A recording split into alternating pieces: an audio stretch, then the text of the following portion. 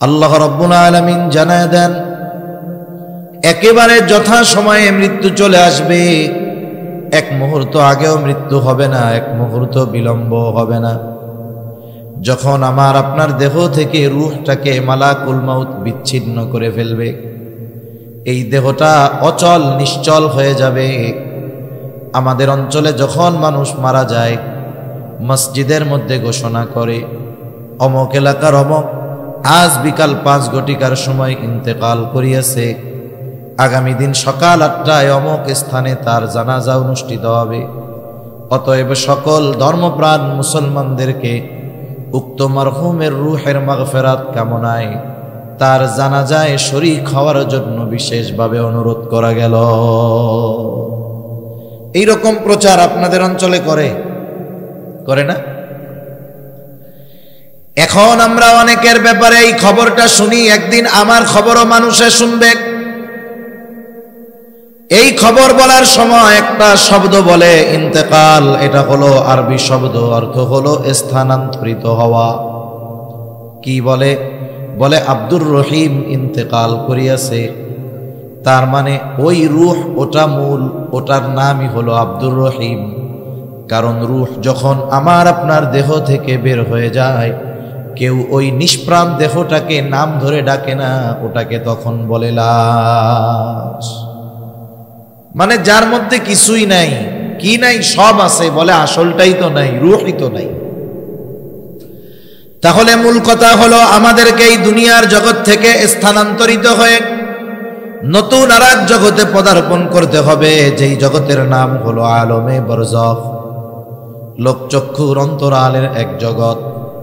ওই জগৎটা কেমন? বলে দুনিয়ায় যার আমল যেমন, আলমে বরজখটা তার জন্য তেমন। দুনিয়ায় একজন ঈমান এনেছে, নেক আমল করেছে, ভালো কাজ করেছে, অবশ্যই তার আলমে বরজখটা তার জন্য শান্তির জায়গা হয়ে যাবে। আর একজন দুনিয়ায় ঈমান আনে নাই, পাপাচারের মধ্যে লিপ্ত থেকেছে, গুনাহ করেছে, মন যা চায় তাই করেছে, বলে আলমে বরজখটা তার জন্য হয়ে যাবে কষ্টের। এই জন্য নবীজি সাল্লাল্লাহু আলাইহি ওয়াসাল্লাম জানায় দেন, আমাদেরকে যখন কবরস্থ করা হবে, কবরে রাখা হবে, আমাদের প্রত্যেককেই 3টা করে প্রশ্ন করা হবে। 1 নম্বর প্রশ্ন, মার রব্বুক, তোমার রবকে। 2 নম্বর প্রশ্ন, আমা দীনুক, তোমার দিন কি।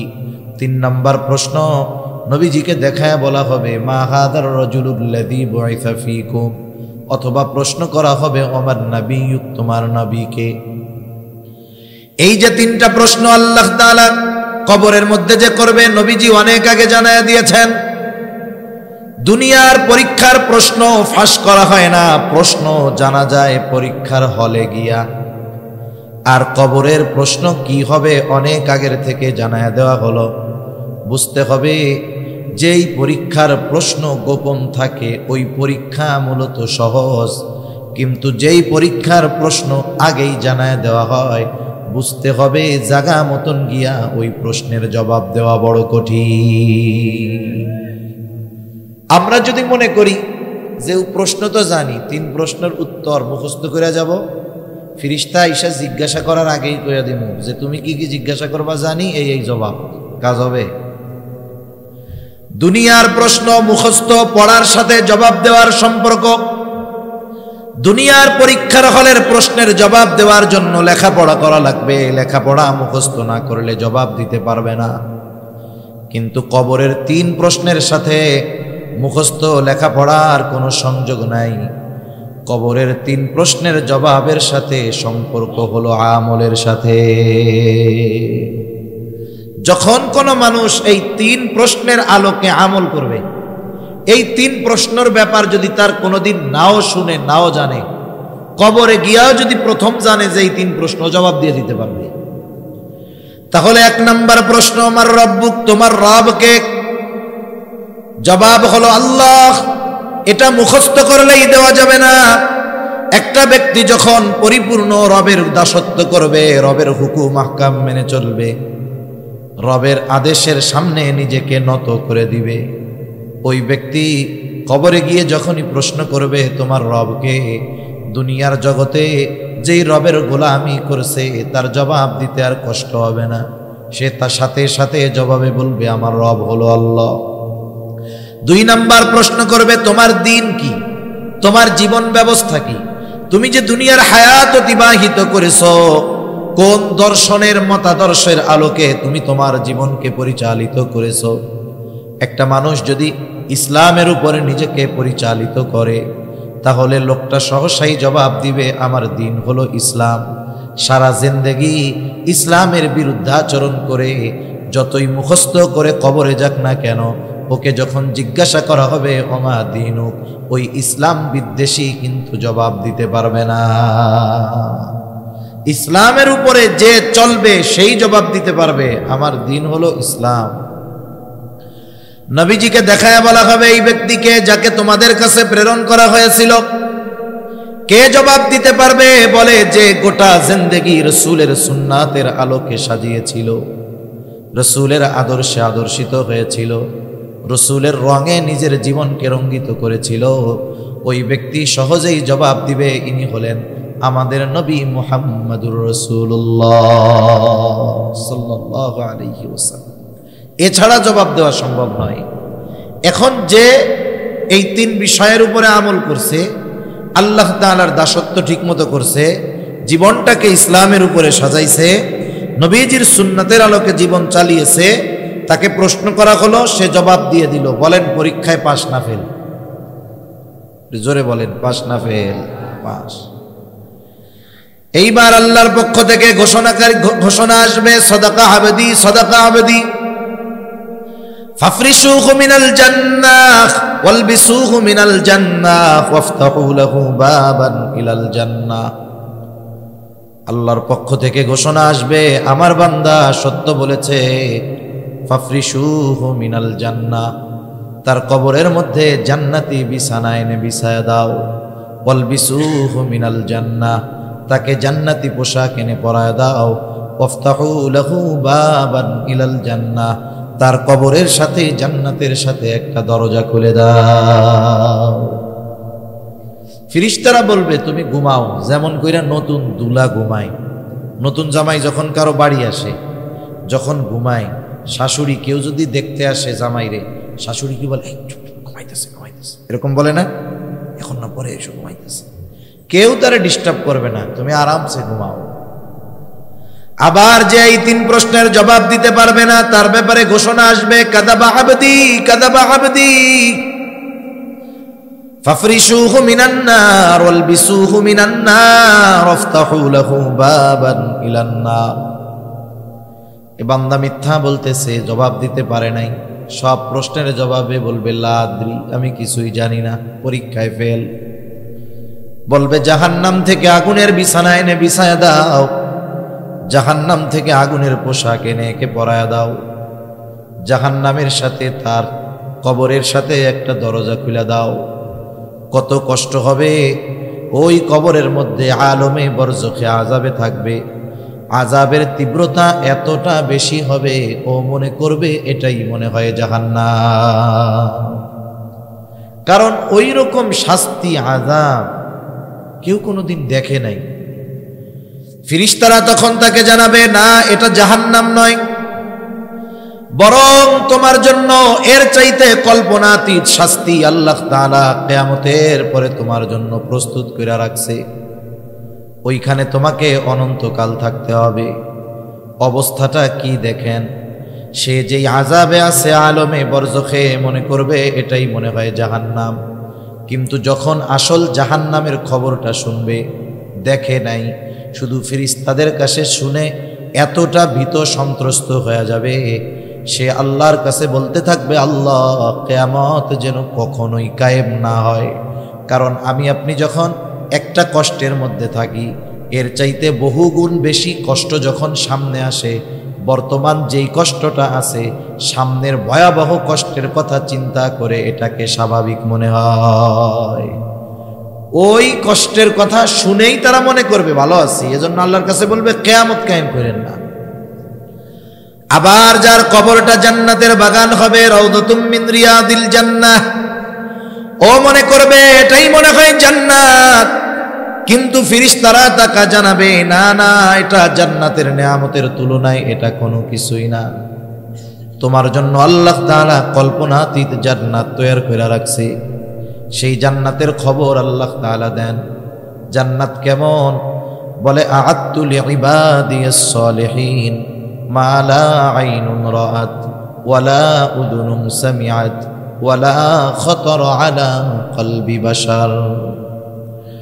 আল্লাহ তাআলা জানায় দেন, তিনি তার বান্দাদের জন্য, নেককার বান্দাদের জন্য এমন জান্নাত প্রস্তুত করে রেখেছেন, মা লা আইনুন রাআত, দুনিয়ার কোন চোখ এটা দেখে নাই, ওয়ালা উযুনুন সামিআত, ওই জান্নাতের প্রকৃত নিয়ামতের কথা দুনিয়ার কোনো কান শুনে নাই, ওয়ালা খাতারা আলা কলবি বাশার, ওই জান্নাতের নিয়ামত প্রকৃতপক্ষে কেমন হতে পারে দুনিয়ার কোনো মানুষের অন্তর এটা কল্পনাও করতে পারে না। সুবহানাল্লাহ। কি আছে জান্নাতের মধ্যে? আল্লাহ তাআলা বলেন জান্নাতের মধ্যে কি আছে? বলে, ওয়ালাকুম ফিহা মা তাশতাহি আনফুসুকুম, মন যা চায় জান্নাতের মধ্যে তাই আছে। দুনিয়াতে কিন্তু অনেক কিছু আমাদের মন চায়, কিন্তু দুনিয়ায় পাওয়া যায় না, ওইটাও জান্নাতে আছে। জান্নাতে গিয়া নতুন কইরা আরো যা মন চাবে তাও আল্লাহ তাআলা জান্নাতে রাখছে। যেমন দুনিয়ায় কত কিছু মন চায়, বলেন তো দুনিয়াতে কেউ কি বুড়া হইতে চায় নাকি? বৃদ্ধ হইতে চায়? কেউ চায় না, অধিকাংশ মানুষ চায় না। দেখবেন সেলুনে গেলে অনেক সময় দেখা যায় বুড়া মানুষ দাড়ি চুল পাইকে গেছে, যে চুল কাটে ওরে বলে, তুই কি কলপ লাগাস রে, কয়দিন পরেই আবার সাদা হয়ে যায়। এমন কলপ দিবি যেন একটাও পাকা চুল না দেখা যায়। এখন একজন তার সাদা দাড়িকে কালো করতে চায় কেন? কারণ সাদা থাকলে তো মুরব্বি মুরব্বি লাগে, কালো যদি হয় তাহলে একটু জোয়ান জোয়ান লাগবে, তাই না? তাহলে দুনিয়াতে কেউ বৃদ্ধ হতে চায় না, কিন্তু বাস্তবতা হলো সময়ের সাথে সাথে একটা সময় বৃদ্ধ হয়ে যেতে হয়, যৌবন থাকে না। তাহলে দুনিয়াতে মন চায় যে আমি বুড়া হব না, যুবক থাকব। বলে দুনিয়াতে মন চায়, তবে দুনিয়ায় সম্ভব নয়। জান্নাতে যে ঢুকবে সে চিরন্তন যুবক হয়ে ঢুকবে, কখনো সে বুড়া হবে না। 33 বছরের টকবগে যুবক থাকবে, কখনো কি হবে না? বুড়া হবে না। আবার দুনিয়াতে কেউ অসুস্থ হতে চায় না, মন চায় ঠিক, তবে কোনো না কোনো কারণে নিজের অজান্তে অসুস্থ হয়ে যেতেই হয়। বার্ধক্যকালে যত সুস্থ মানুষ হোক, বিভিন্ন অসুস্থতা এসে তাকে গ্রাস করে বসে। অনেক সময় যুবক মানুষও অসুস্থ হয়ে যায়। তাহলে দুনিয়ায় মন চায় চিরসুস্থতা, কিন্তু দুনিয়ায় সম্ভব নয়। বলে জান্নাতে যে যাবে, একবার যখন ঢুকবে আর কোনোদিন সে অসুস্থ হবে না। এক কথায় দুনিয়ায় আপনার কত কিছু মনে চাইতে পারে, যা মন চায় সব জান্নাতে পাওয়া যাবে। আবার জান্নাতে গিয়ে নতুন কইরা যদি কিছু মনে চায় সেটাও আল্লাহ তাআলা দিবে। সুবহানাল্লাহ বলে। তাহলে যার কবরটা জান্নাতের বাগান, ও মনে করবে এটাই জান্নাত। যখন তাকে বলা হবে এর চাইতে কল্পনাতীত নেয়ামত তোমার জন্য প্রস্তুত করে রাখা হয়েছে, যেটা তুমি কিয়ামতের পরে পাবা, এইবার যখন ওই নেয়ামতের কথা শুনবে, সে আল্লাহর কাছে ফরিয়াদ করবে, বলবে আল্লাহ যথা দ্রুত সম্ভব আপনি কিয়ামত কায়েম করেন, আমি আমার অনন্তকালের চূড়ান্ত বাসস্থানে যেতে চাই। কারণ যখন এটারে সবচেয়ে ভালো মনে করছে, যখন এইটার চাইতে আরো বেশি ভালোর খবর শুনছে, এখন তর সয় না, আল্লাহ তাড়াতাড়ি আপনি কিয়ামত দেন যাতে করে আমি আমার আসল বাসস্থানে যেতে পারি। এখন আমাদের সবাইকে এই আলমে বরজখে যাওয়া লাগবেই, কোনো সন্দেহ নেই। আমাদের সকলকে দীর্ঘকাল এই আলমে বরজখের বাসিন্দা হতেই হবে। আলমে বরজখে আমাদের থাকতে হবে দীর্ঘকাল, তবে অনন্তকাল নয়।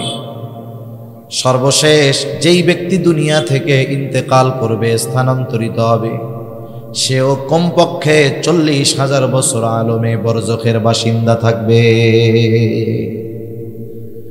আল্লাহ সুবহানাহু ওয়া তাআলা ইসরাফিল আলাইহিস সালামকে সিংহায় ফুৎকারের আদেশ দিবেন। প্রথমবার সিংহায় ফুৎকারের মাধ্যমে এ দুনিয়া থেকে মানব সভ্যতার ইতি ঘটবে।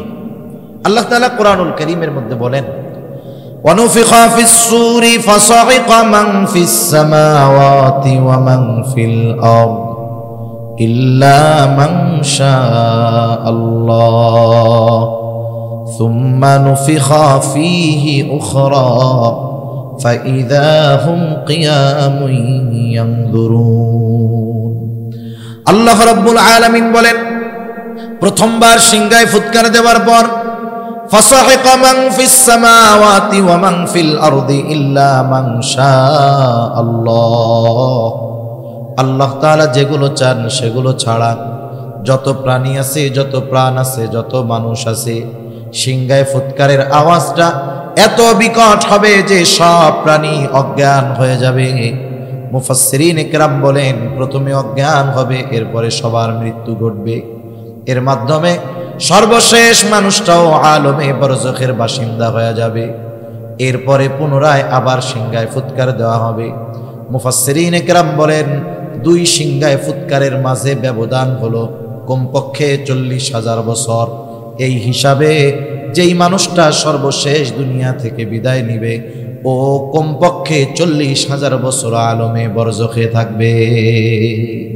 আল্লাহ তাআলা এরপরে বলেন, ثُمَّ نُفِخَ فِيهِ أُخْرَى فَإِذَا هُمْ قِيَامٌ يَنْظُرُونَ। আবার যখন সিংহায় ফুৎকার দেওয়া হবে, প্রত্যেকের অবস্থান স্থল থেকে উঠে দাঁড়ায়া যাবে। প্রত্যেকে উঠে দেখতে থাকবে কি হচ্ছে এগুলো।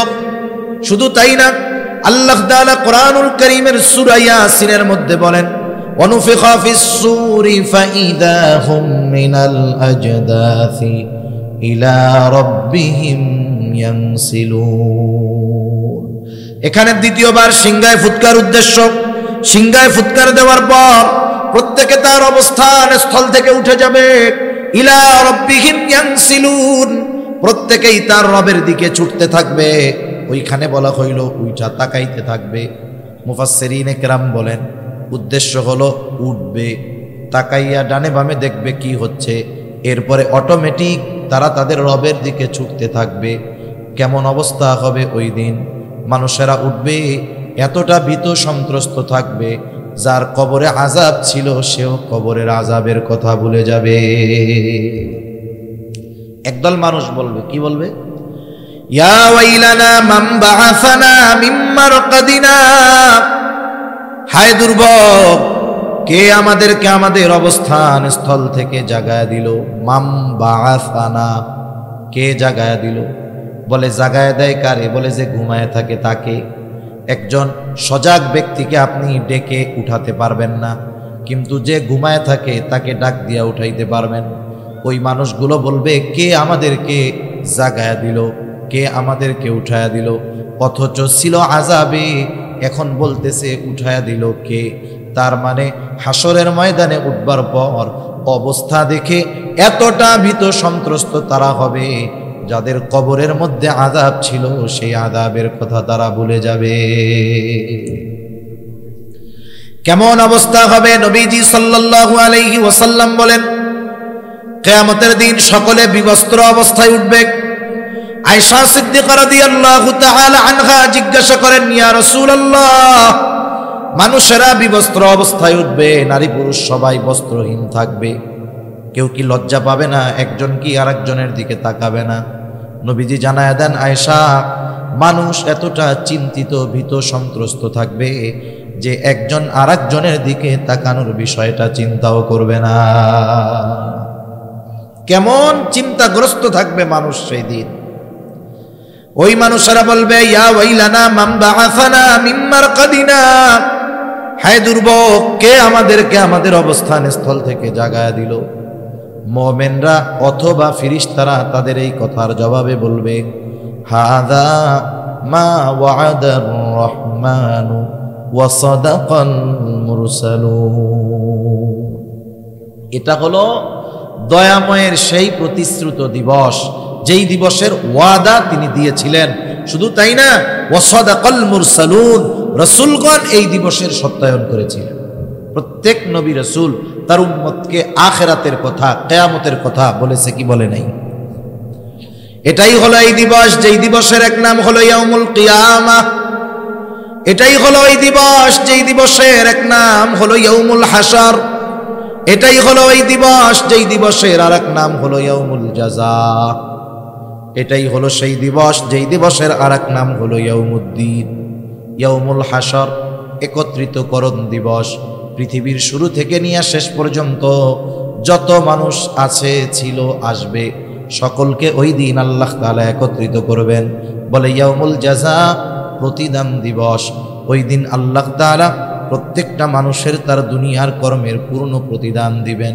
আল্লাহ তাআলা বলেন, ওয়া ইন্নামা তুওয়াফাউনা উজুরাকুম ইয়াউমাল কিয়ামাহ ফামান যুহজিহা আনিন নার ওয়া উদখিলাল জান্নাতা ফাকাদ ফাজ। আল্লাহ রাব্বুল আলামিন বলেন, মানুষকে তার কর্মের পূর্ণ প্রতিদান দেওয়া হবে কিয়ামতের দিন। মূল কথা হইল, মানুষকে তার দুনিয়ার কর্মের পূর্ণ প্রতিদান আল্লাহ তাআলা কিয়ামতের দিন দিবেন। দুনিয়ায় আল্লাহ তাআলা কোনো মানুষকে তার ভালো কর্ম হোক আর মন্দ কর্ম হোক, এর প্রতিদান পরিপূর্ণভাবে আল্লাহ তাআলা দুনিয়ায় দেয় না। অনেক সময় অনেক মানুষ ভালো কাজ করে, নেকের কাজ করে, গুনাহ থেকে বেঁচে থাকে, কিন্তু দেখা যায় দুনিয়ায় তার কষ্ট দূর হয় না। আছে না এরকম মানুষ? সে আফসোস করে যে দুনিয়ায় ভালো কাজ করি, আমার কষ্ট আর যায় না। আসলে বিষয়টা এমন নয়। হয়তো আল্লাহ তাআলা দুনিয়াতে তার একটু কষ্ট রাখা আখিরাতে বেশি ভালো তাকে দিতে চায়, ঠিক কিনা বলেন? আবার দুনিয়াতে অনেকে মন্দ কাজ করে, গুনার কাজ করে, ঘুরে ফিরে কি দেখা যায়? বলে যারা জুলুম করে, যারা অত্যাচার করে, দুর্নীতিবাজ, এরা বাঁচেও বেশি দিন, অসুস্থ সহজে হয় না, দুনিয়াতে এদের প্রভাব প্রতিপত্তিও বেশি থাকে, ঠিক কিনা বলেন? আমরা অনেক সময় আফসোস করি, আরে এত জুলুম করে, এটা মরেও না, কোনো আযাবও আসে না। জালেম যখন জুলুম করে, ওর জুলুমের মাত্রা বাড়ার দ্বারা আমরা তো আশাহত হই, কিন্তু আল্লাহ তাআলা জালেমকে বেশি জুলুম করার সুযোগ দেন কেন? কারণ ও যত বেশি জুলুম করবে, ওকে তত বেশি শাস্তি দেওয়া যাবে, ঠিক কিনা বলেন? মূলত ওর শাস্তি বেশি দেওয়ার জন্য ওকে জুলুম করার সুযোগ আল্লাহ তাআলা দেয়। এজন্য যখন কোনো পাপাচারী জালেম সে দীর্ঘ হায়াত পায়, সুস্থ থাকে, এটারে নেয়ামত মনে করার সুযোগ নেই। কিন্তু জালেমরা কিন্তু নেয়ামত মনে করে। ও অসুস্থ হয় না, পাপ করতেছে, আবার ভালোই আছে, ও মনে করে আল্লাহ মনে করে খুব ভালোবাসে। আসলে কি বিষয়টা তাই? তাইলে তো আল্লাহর কাছে প্রিয় এক বান্দা ফেরাও, 400 বছর তার সর্দি টর্দি কিচ্ছু লাগে নাই, তাহলে বড় বুজুর্গ হয়ে যেত না? কিন্তু আল্লাহ তাআলা ওরে সুযোগ দিছে কেন? শাস্তি বেশি দেওয়ার জন্য। দুনিয়াতে এই জন্য যারা জালেম আছে, আমরা যত দেখি না কেন, মনে করি না কেন যে আল্লাহ তাআলা এদেরকে ছাড় দেয়, আসলে তা না, ছেড়ে দেবেন তা না। আল্লাহ তাআলা দুনিয়াতে পাপ করার সুযোগ দিয়েছেন যাতে আখিরাতে শাস্তি বেশি বেশি দিতে পারেন। আবার এই যে দুনিয়ায় যারা নেকের কাজ করতেছে, মূল প্রতিদান আল্লাহ তাআলা আখিরাতে দিবেন। এই জালেমের জুলুমের যেই মূল প্রতিদান, পূর্ণ প্রতিদান আল্লাহ তাআলা তাকে আখিরাতে দিবে। দুনিয়ায় তো অনেক মানুষ এমন হবে, যেমন দোয়ার কথা বুজুর্গানে দিন বলেন, একটা মানুষ যখন দোয়া করে, দোয়ার প্রতিদান আল্লাহ তাআলা 3 ভাবে দেয়। দোয়া কবুলের কিছু শর্ত আছে, শর্তগুলো ঠিক রেখে যদি সে দোয়া করে, যেমন হারাম খায় না, অন্যেরটা মেরে খায় না, অসম্ভব কিছু আল্লাহর কাছে চায় না। যেমন কেউ যদি আল্লাহর কাছে এই দোয়া করে যে আল্লাহ আপনি তো নূহ আলাইহিস সালাম রে 950 বছর হায়াত দিয়েছেন, আমারে বেশি না 500 বছর দিলে হবে, এই দোয়া কি করা যাবে নাকি? কারণ নবীজি জানিয়েছেন আমার উম্মতের গড় আয়ু হলো 60 থেকে 70, এই জায়গায় আপনি কেন 500 বছর চাইবেন? এজন্য এমন কিছু না চাওয়া যেটা আল্লাহ দিবেন না। এই বিষয়গুলো, কিছু বিষয় আছে, ঠিক রেখে যদি আল্লাহর কাছে দোয়া করা হয় তাহলে ওই ব্যক্তির দোয়া কবুল হয়, কোনো সন্দেহ নাই। তবে দোয়ার প্রতিদান আল্লাহ তাআলা 3টা স্তরে দেন। কয় স্তরে? প্রথম হলো দোয়া করার সাথে সাথেই আল্লাহ তাআলা কবুল করেন। আপনি আমি আমার আপনার জীবনের অনেক দোয়া আছে যে নগদে করছি, আল্লাহ তাআলার কাছে কবুল হয়ে গেছে। এই রকম নজির আপনি অনেক পাবেন। কথার কথা মনে করেন একটা উদাহরণ দেই, গভীর কিন্তু গাড়ি তো প্রয়োজন। আপনি যখন ঘর থেকে বের হবেন, হয়তো হাত উঁচু করবেন না, কিন্তু অন্তরে অন্তরে আল্লাহর কাছে বলবেন, আল্লাহ রে এখন যদি একটা গাড়ি মিলা যাইতো কতই না ভালো হইতো। গেট খোলা বাহির হইলেন, দেখলেন যে একটা সিএনজি আপনার সামনে আইসা হাজির। কিরে ভাই কই যাবা? বলে চিটাগাং মেডিকেলে যাব, ওইখান থেকে একজন লোকরে আনতে হবে।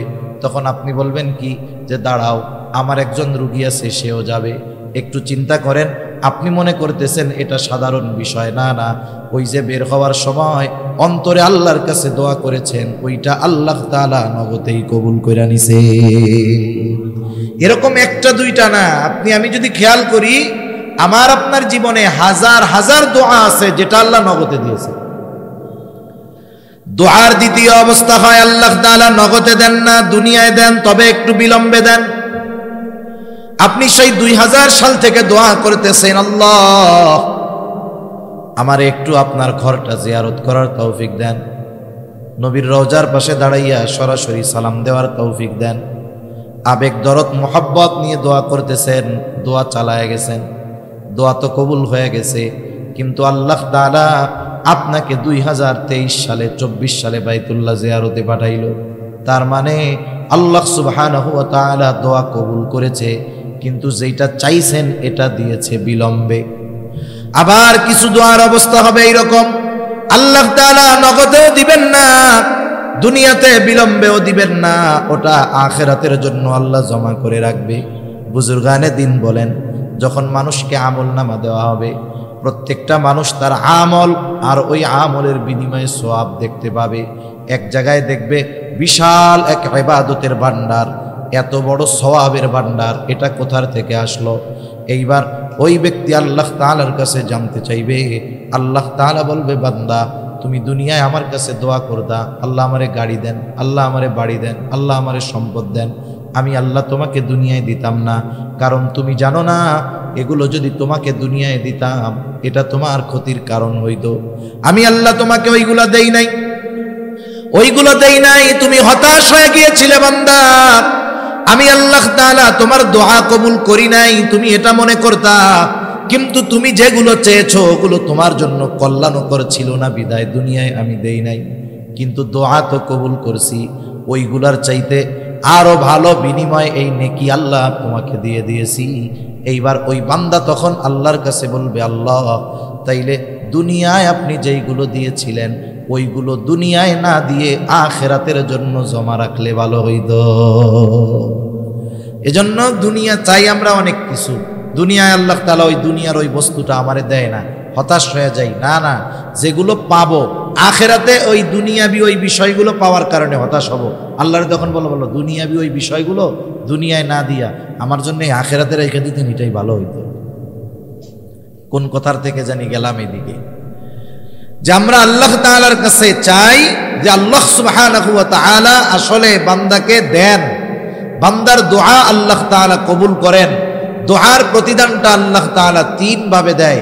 এজন্য আল্লাহ সুবহানাহু ওয়া তাআলার কাছে চাওয়ার ক্ষেত্রে শর্তগুলো যদি ঠিক থাকে, আশা করা যায় আল্লাহ সুবহানাহু ওয়া তাআলা বান্দাকে এই বিনিময় থেকে মাহরুম করবেন না। সুবহানাল্লাহ।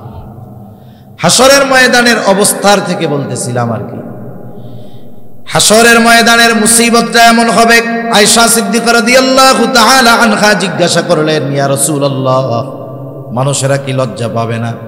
নবীজি বলেন, মানুষেরা এত চিন্তিত ভীত থাকবে যে সে কারো দিকে তাকানোর বিষয়টাও সেই দিন চিন্তা করবে না।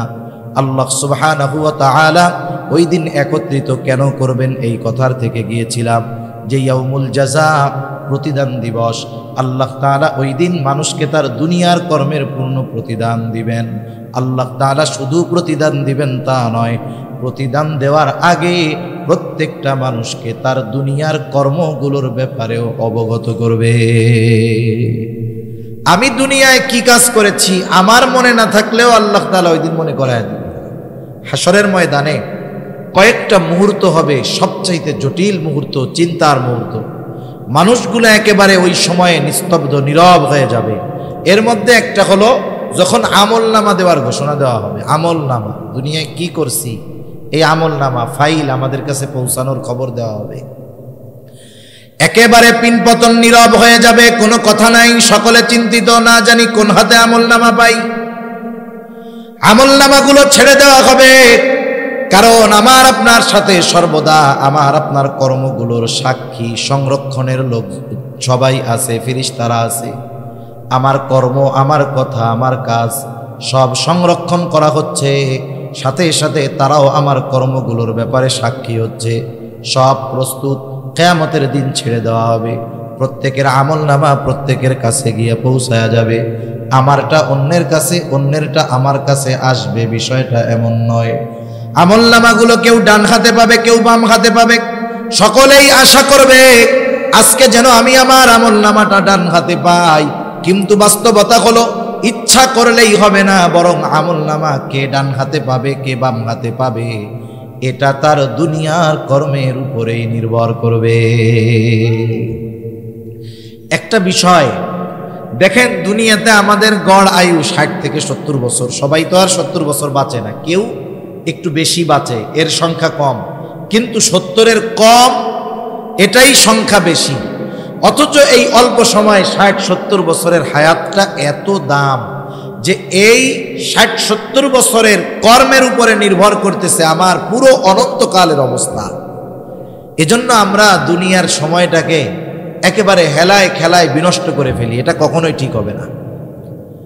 এবার আমলনামা যারা ডান হাতে পাবে তারা তো আনন্দিত হয়ে যাবে।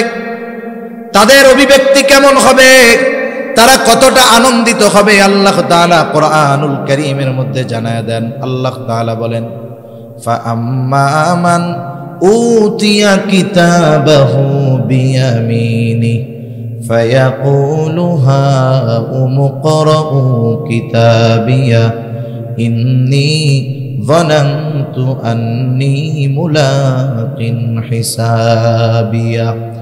যারা ডান হাতে আমলনামা পাবে ওরা এতটা আনন্দিত হবে, মানুষদেরকে ডেকে ডেকে বলবে, হা উমকরাউ কিতাবিয়া, এই তো আমার কিতাব, এই তো আমার আমলনামা, তোমরা পড়ো আমার কিতাব, পড়ো আমার আমলনামা।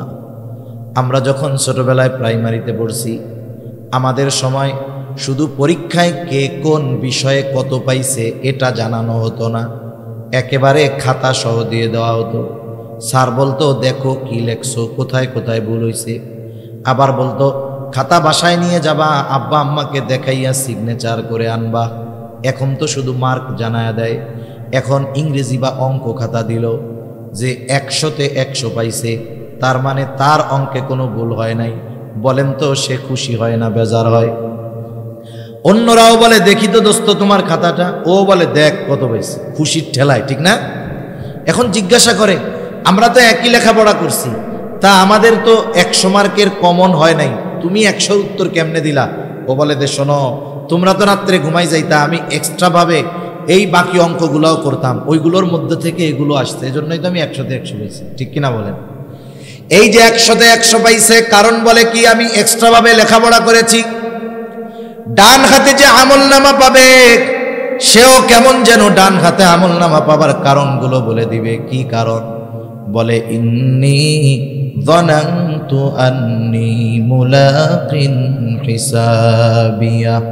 ডান হাতে আমলনামা পাবার কারণ, আমি এই ব্যাপারে দৃঢ় ধারণা রাখতাম, তথা দুনিয়ায় আমি এই ব্যাপারে দৃঢ় বিশ্বাসী ছিলাম, আমাকে আমার কর্মের হিসাবের মুখোমুখি হওয়া লাগবে। আমি দুনিয়াতে এই বিশ্বাসটা অন্তরের মধ্যে দৃঢ়ভাবে ধারণ করেছি যে দুনিয়ায় আমি যেই কর্ম করি না কেন, দুনিয়ার কারো কাছে হয়তো আমার হিসাব দেওয়া লাগবে না, দুনিয়ার আইনের ফাঁক ফকর দিয়ে আমি বের হয়ে যেতে পারবো। আমি একাকী যদি কোনো অন্যায় করি কেউ দেখবে না, দুনিয়ার কারো কাছে আমার হিসাব দেওয়া লাগবে না। কিন্তু আমি এই চিন্তা করতাম, দুনিয়ার কারো কাছে আমার কর্মের হিসাব দেওয়া না লাগুক, আমার আল্লাহর সামনে আমাকে হিসাবের কাঠগড়ায় দাঁড়াতে হবে। একটা জিনিস আমাদের মনে রাখতে হবে, আমাদের দেশে অপরাধ দমন করার জন্য কত বাহিনী আছে না? পুলিশ আছে, র্যাব আছে, বিজিবি আছে, চিতা আছে, কোবরা আছে, তারপরে অন্যান্য কত বাহিনী আছে। আপনারা বলেন তো, বাহিনী, এই আইন শৃঙ্খলা বাহিনীর সংখ্যা দিন দিন বাড়ে না কমে? আইন শৃঙ্খলা রক্ষাকারী বাহিনীর সংখ্যা বাড়ে, সাথে সাথে অপরাধ বাড়ে না কমে? তার মানে বোঝা গেল দুনিয়ার আইন শৃঙ্খলা বাহিনী একটা মানুষের মধ্যে শৃঙ্খলা আনতে পারে না। দুনিয়ার আইন শৃঙ্খলা বাহিনী কিছু বিষয়ে অপরাধ দমন করতে পারলেও অপরাধ পরিপূর্ণ নির্মূল করতে পারে না। একটা জাতি তখনই পরিপূর্ণ অপরাধ থেকে বাঁচতে পারবে যখন ওই জাতির প্রত্যেকটা মানুষের অন্তরে এই বিশ্বাস হবে যে আমি যেই কর্ম করি না কেন দুনিয়ায় কারো সামনে হিসাব না দেওয়া লাগলেও কার সামনে দিতে হবে। এজন্যই বুজুর্গানে দ্বীনের সাথে থাকার দরকার, এজন্যই আহলুল্লাহদের সাথে সোহবত দরকার। হুজুর সর্বশেষ কথাটা বলে গেছে যে আহলুল্লাহ যারা, আহলে দিল যারা, এদের সাথে কেন থাকতে হবে? বলে ওদের থেকে কিছু আকর্ষণ গ্রহণ করার জন্য। ওই যে যোগ্যতা অর্জন করছে, যে নিজে আল্লাহর ভয়ে পাপাচার থেকে বেঁচে থাকে, মানুষ দেখা না দেখাকে তারা তোয়াক্কা করে না, এই ধরনের মানুষের সংস্পর্শতা আমাদেরকে ওই ধরনের গুণ অর্জনে অনেকটা সহায়ক হবে। এজন্য আমাদের দরকার সৎসঙ্গ দরকার। আল্লাহ তাআলা কোরআনুল কারীমের মধ্যে বলছেন, ইয়া আইয়ুহাল্লাযীনা আমানুত্তাকুল্লাহ ওয়া কুনু মাআস সাদিকিন। হে ঈমানদারেরা, তোমরা মুত্তাকি হও। প্রশ্ন যদি করি আল্লাহ কেমনে মুত্তাকি হব? বলে ওয়া কুনু মাআস সাদিকিন, সত্যবাদীদের সঙ্গী হয়ে যাও। এখন আল্লাহ তাআলা এখানে তো বলতে পারতেন আবিদিন, অন্যান্য গুণ আনতে পারতেন, দানশীলদের সঙ্গী হও, আবেদদের সঙ্গী হও। সাদিকিন কেন বলছেন? কারণ সত্যবাদিতা হলো এমন একটা গুণ যেই গুণের মধ্যে বাকি সব গুণ এমনিতেই পাওয়া যায়। সুবহানাল্লাহ বলে। যেমন একটা উদাহরণ দেই, এখন এক গ্রামে একটা ছেলে ওই গ্রামের সবচাইতে উচ্চ শিক্ষিত হয়েছে। বাংলাদেশের উচ্চ শিক্ষা কি? ধরেন বিসিএস ক্যাডার হয়ে গেছে সে, বাংলাদেশের সর্বোচ্চ শিক্ষিত ব্যক্তি, ঢাকা ভার্সিটি থেকে অনার্স মাস্টার্স কমপ্লিট করে বিসিএস ক্যাডার, বড় চাকরিজীবী। এখন গ্রাম অঞ্চলের মানুষ, এখনো গ্রামের অনেক জায়গায় আছে মুরব্বীরা ম্যাট্রিক আইয়া পাস মনে করে এটা অনেক বড় শিক্ষিত। অথচ এই জামানায় দেখলাম পিয়নের চাকরির জন্য আইয়া পাস লাগে। অবস্থাটা কি? এখন এই ছেলে এত শিক্ষিত, গ্রামের সব মানুষ তারে দেখতে আসছে। ওই মুরব্বীও আসছে। কোন মুরব্বী? যে ম্যাট্রিক পাসকে অনেক বড় শিক্ষিত মনে করে। মুরব্বী মানুষ তো সহজ সরল, সবাই আইসে কথাবার্তা বলে চলে গেছে। মুরব্বী দাঁড়ায় আছে। এখন ওই ছেলেটারে জিজ্ঞাসা করতেছে, বাবা শুনলাম তুমি অনেক বড় শিক্ষিত, তা তুমি কি লেখাপড়া করছো, কি পাস করছো? ছেলেটা বলতেছে, চাচা আমি ঢাকা ভার্সিটি থেকে অনার্স মাস্টার্স শেষ করেছি, ফার্স্ট ক্লাস ফার্স্ট, রেজাল্ট খুব ভালো, সাথে সাথে আমি বিসিএস কমপ্লিট করেছি, ক্যাডার, বড় সরকারি চাকরি পেয়েছি। তো এখন মুরব্বী বলতেছে, বাবা বুঝলাম মাস্টার্স করছো, অনার্স মাস্টার্স করছো, বিসিএস ক্যাডার, তা বাবা তুমি কি ম্যাট্রিক পাস করছিলা বাবা? এখন আমারে গন্ধ, সে যদি আইএ পাস করতে চায় তাকে তো আগে ম্যাট্রিক পাস করতে হবে, ঠিক কিনা? এখন কেউ যদি বলে আমি মাস্টার্স কমপ্লিট, তাহলে আমি যদি তারে প্রশ্ন করি, ভাই আপনি অনার্স পাস করছিলেন, তাইলে এই প্রশ্নটা পুরো বোকার মতো প্রশ্ন হবে না? তাহলে যেই ব্যক্তি সত্যবাদিতার গুণ অর্জন করতে পেরেছে তার মধ্যে বাকি সব গুণ এমনিই পাওয়া যায়। যেই ব্যক্তি মাস্টার্স কমপ্লিট করেছে এর নিচে যত কিছু আছে সবগুলো সে এমনি অর্জন করেছে, ঠিক কিনা বলে? এজন্য আমাদের সোহবত দরকার। আহলে দিল যারা, এদের সাথে যদি থাকি আমার দিলের পরিবর্তন হবে। দেখবেন প্রশাসনের চিন্তা আসবে না, আল্লাহর ভয়ে গুনাহমুক্ত জিন্দেগি গঠন করা সম্ভব হবে।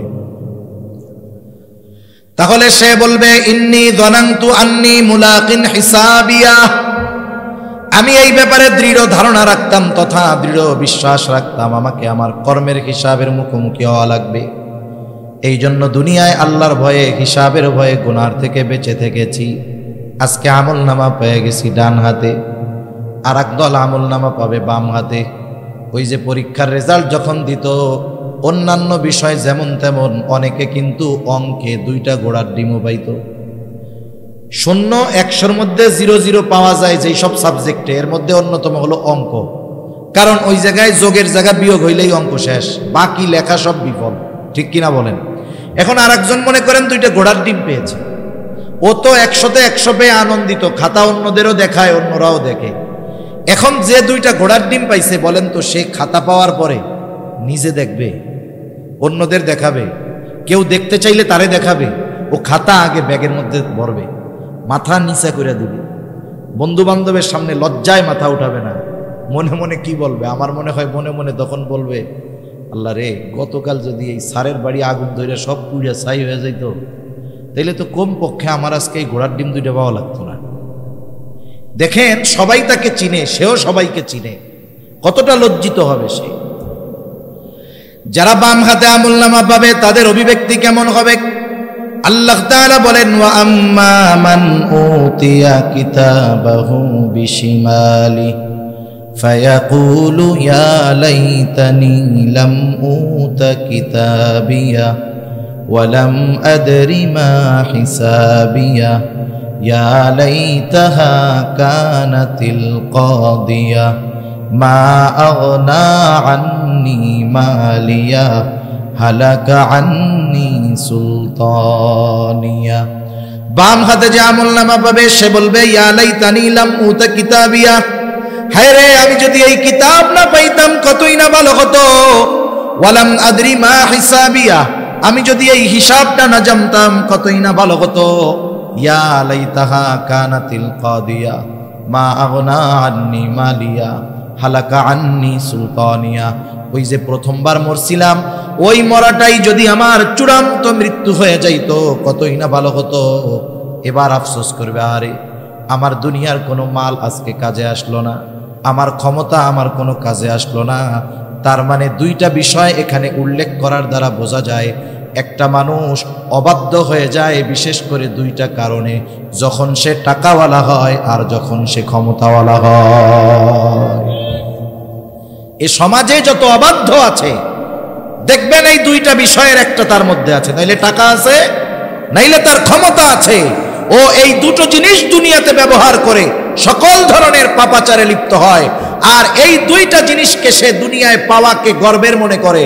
আর কিয়ামতের দিন এই মাল এবং ক্ষমতার জন্য যখন আমলনামা বাম হাতে আসবে ওই দিন এই দুইটার জন্য সে আফসোস করবে, আরে আমার মাল আমারে শেষ করে দিল, আমার ক্ষমতা আমাকে শেষ করে দিল।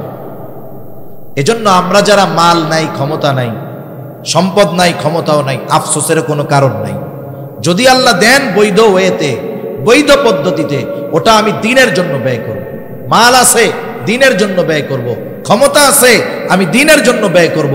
কখনো অন্যায় কাজে যদি এগুলো ব্যবহার করি কিয়ামতের দিন আমাকে আপনাকে এই মাল ক্ষমতার জন্য আফসোস করা লাগবে। এখন আসেন মূল কথা, যেই আয়াতগুলো তিলাওয়াত করলাম। আল্লাহ তাআলা বলেন কুল্লু নাফসিম বিমা কাসাবাত রহিনা, প্রত্যেকটা মানুষ তার কর্মের কারণে আবদ্ধ থাকবে। মুফাসসিরিন একরাম বলেন এখানে উদ্দেশ্য হলো বাম হাতে যারা আমলনামা পাবে তারা তাদের কর্মের কারণে জাহান্নামের মধ্যে আবদ্ধ থাকবে। ইল্লা আসহাবাল ইয়ামিন, তবে যারা ডান হাতে আমলনামা পেয়েছে তারা নয়, কারণ ডান হাতে যারা আমলনামা পাবে ঠিকানা হলো জান্নাত। এইবার জান্নাতি জান্নাতের মধ্যে, জাহান্নামী জাহান্নামের মধ্যে।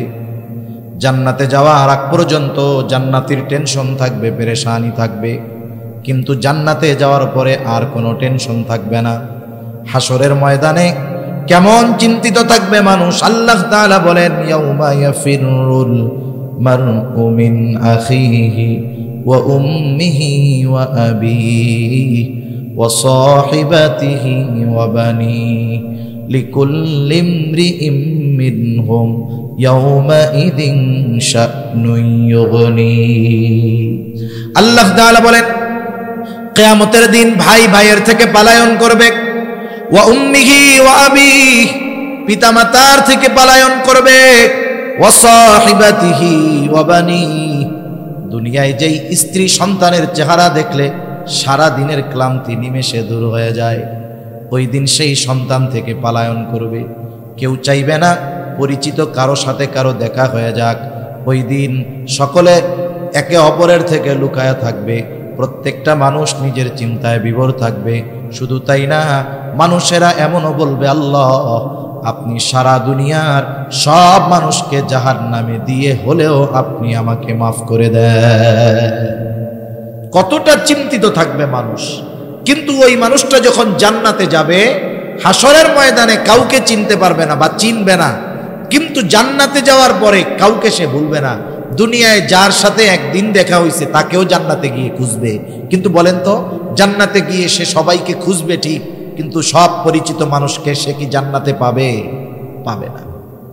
তাফসীর ইবনে কাসীর সহ পৃথিবীর সব প্রসিদ্ধ তাফসীরের মধ্যে এসেছে যে আল্লাহ তাআলা জান্নাতি আর জাহান্নামীদের মধ্যে দেখা কথাবার্তার ব্যবস্থা করে দিবেন। এই যে জান্নাতি খুঁজতেছে মনে মনে, আল্লাহ তাআলা জানেন কি জানেন না? এখন দেখার ব্যবস্থা করে দিবে। যাদের খুঁজতেছো এরা কই একটু দেখো। জান্নাতি জাহান্নামীকে দেখবে। যদি বলেন কেমনে দেখবে, প্রযুক্তির এই জামানায় বোঝানো সহজ। আপনি তো আপনার আমেরিকা প্রবাসী ভাইটাকেও বাংলাদেশে বসে একেবারে কি করতেছে কি খাইতেছে সব দেখেন। যে আল্লাহ মানুষকে এই বুদ্ধি দিলেন, ওই আল্লাহ জান্নাতীদেরকে জাহান্নামীদেরকে দেখাবেন, এটা আল্লাহর জন্য কোনো ব্যাপারই না। জান্নাতি জাহান্নামের দিকে তাকায় দেখবে, আরে জাহান্নামের মধ্যে তার অনেক আপনজন, প্রিয়জন, বন্ধু বান্ধব, আত্মীয় স্বজন কঠিন শাস্তি ভোগ করতেছে। এই দৃশ্যটা দেখবার পর ওই ব্যক্তি, জান্নাতি ব্যক্তি আল্লাহর দরবারে কৃতজ্ঞতার মাত্রা বাড়ায় দিবে, বলবে আল্লাহ আপনি যদি আমার প্রতি দয়া না করতেন হয়তো আজকে আমাকেও ওদের সাথে জাহান্নামে থাকা লাগতো। আবার জাহান্নামীও জান্নাতীকে দেখতে পাবে। জান্নাতীকে দেখবার পর সে দেখবে জান্নাতের মধ্যে তার অনেক আপনজন, প্রিয়জন, বন্ধু বান্ধব, আত্মীয় স্বজন জান্নাতি নাজ নেয়ামত ভোগ করতেছে, আর সে কঠিন আযাবের মধ্যে আছে। এই দৃশ্যটা দেখবার পর তার আফসোসের কারণ হবে, আফসোস হবে আফসোস, আর ওই আফসোস তার যন্ত্রণা বৃদ্ধির কারণ হবে। কিসের আফসোস হবে? দুনিয়াতে একই বাজারে ব্যবসা করে, একই মাঠে খেলাধুলা করে, একই স্কুলে লেখাপড়া করে, সব সময় একসাথেই থাকে, কিন্তু একজন নামাজে যায় আর একজন নামাজে যায় না। আছে না নাই এরকম? এখন নামাজি বন্ধু তো জান্নাতে, বেনামাজিটা জাহান্নামে। ও এখন যখন তাকায় দেখবে বন্ধু জান্নাতের নিয়ামত ভোগ করে, তখন আফসোস করবে কি, হায় রে দিনের 18 ঘন্টা বন্ধুর সাথে থাকতাম, এই নামাজ পড়তে যাই তো সর্বোচ্চ 5 ওয়াক্ত মিলাইয়া 1.5 ঘন্টা, আহারে এই 1.5 ঘন্টা সময় যদি ওর সাথে থাকতাম তাহলে আজকে আমি ওর সাথে জান্নাতে থাকতে পারতাম। আফসোস এটা কষ্টের কারণ হয়। আফসোসের কারণে বাড়ি ব্যথা এটাও অন্য না, ওটা হৃদয়ের ব্যথা, এটা আরো কষ্টের বেশি। যেমন আমি একটা উদাহরণ দিই যে আসলে কেমনে ব্যথাটা আসে। উদাহরণটা মনে করেন একজন অপরিচিত ব্যক্তি যাকে আপনি জীবনেও দেখেন নাই, সে আপনাকে একটা বকা দিছে। স্বাভাবিক কেউ যদি আমারে আপনারে বকা দেয় খারাপ লাগবে কি লাগবে না? কিন্তু সে যেহেতু অপরিচিত, একবার দিয়ে চলে গেছে, 2-1 ঘন্টা পরে ওইটা আমার আর মনে থাকবে না, স্বাভাবিক হয়ে যাবে। ওই একই বকাটা, একই শব্দটা যদি আপনার কোনো বন্ধু আপনাকে দেয়, বলেন তো আগে অপরিচিত লোক বকা দেওয়ায় যেই কষ্ট পেয়েছেন, বন্ধু দেওয়ার পরে কষ্ট বেশি লাগবে না কম লাগবে? আবার হুবহু ওই শব্দটা যদি আপনার সন্তান আপনার ব্যাপারে ব্যবহার করে, বলেন তো কষ্ট আগের চাইতে বেশি লাগবে নাকি কম লাগবে?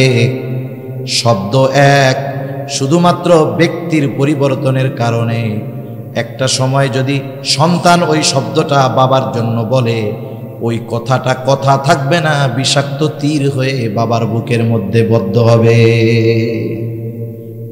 শব্দ এক, শুধুমাত্র ব্যক্তির পরিবর্তনের ক্ষেত্রে ওই শব্দের আঘাত কঠিন থেকে কঠিনতর হয়ে যায়। এজন্য তাদের আফসোস কষ্ট বৃদ্ধির কারণ হবে, আফসোস করবে, কেন গেলাম না। আল্লাহ তাআলা শুধু দেখা নয়, উভয় দলের মধ্যে কথাবার্তার ব্যবস্থা করে দিবে। আল্লাহ তাআলা বলেন, ফি জান্নাতিন ইয়াতাসাআলুনা আনিল মুজরিমিন। জান্নাতীরা পরস্পর মুজরিমদের কাছে জানতে চাইবে, প্রশ্ন করবে, মা সালাকাকুম ফি সাকার, কোন কারণে তোমরা সাকারের অধিবাসী হইলা, কোন কারণে তোমরা জাহান্নামী হইলা। এইবার তাদের এই প্রশ্নের জবাবে জাহান্নামীরা তাদের জাহান্নামে যাওয়ার কারণ বলবে। 1 নম্বর কারণ বলবে, ক্বালু লাম নাকু মিনাল মুসাল্লিন।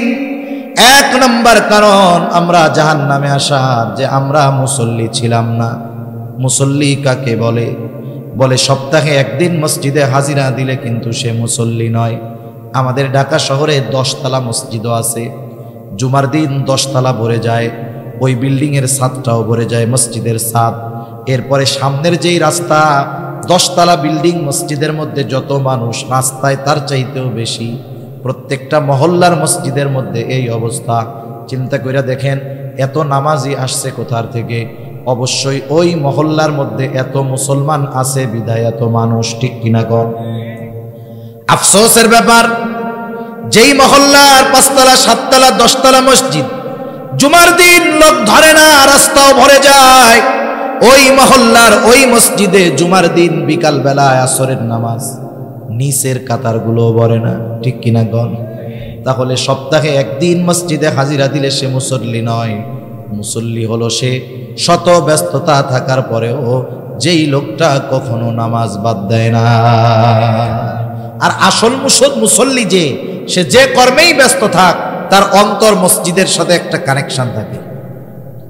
হাদিসের মধ্যে আসছে কিয়ামতের দিন সূর্য তো একেবারে কাছে থাকবে।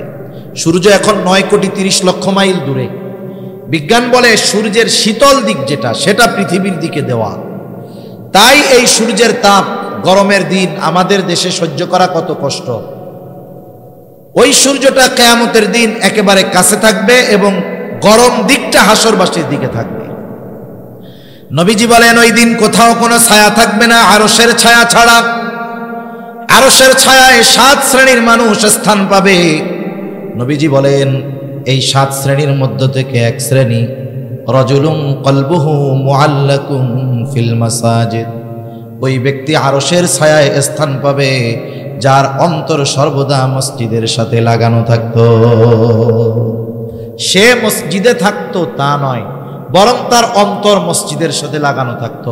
আপনাদের এলাকায় অনেক যুবক, অনেকে আছে না প্রবাসে আছে না বিদেশে, মাঝে মধ্যে দোস্তরে ফোন দেয়, মার কাছে ফোন দেয়, ভাইয়ের কাছে ফোন দেয়, ফোন দিয়ে কি বলে যায়, রে আমার দেহটা পড়ে রয়েছে সৌদি আরব, কিন্তু আমার মনটা তো বাসার মধ্যে পড়ে রয়েছে।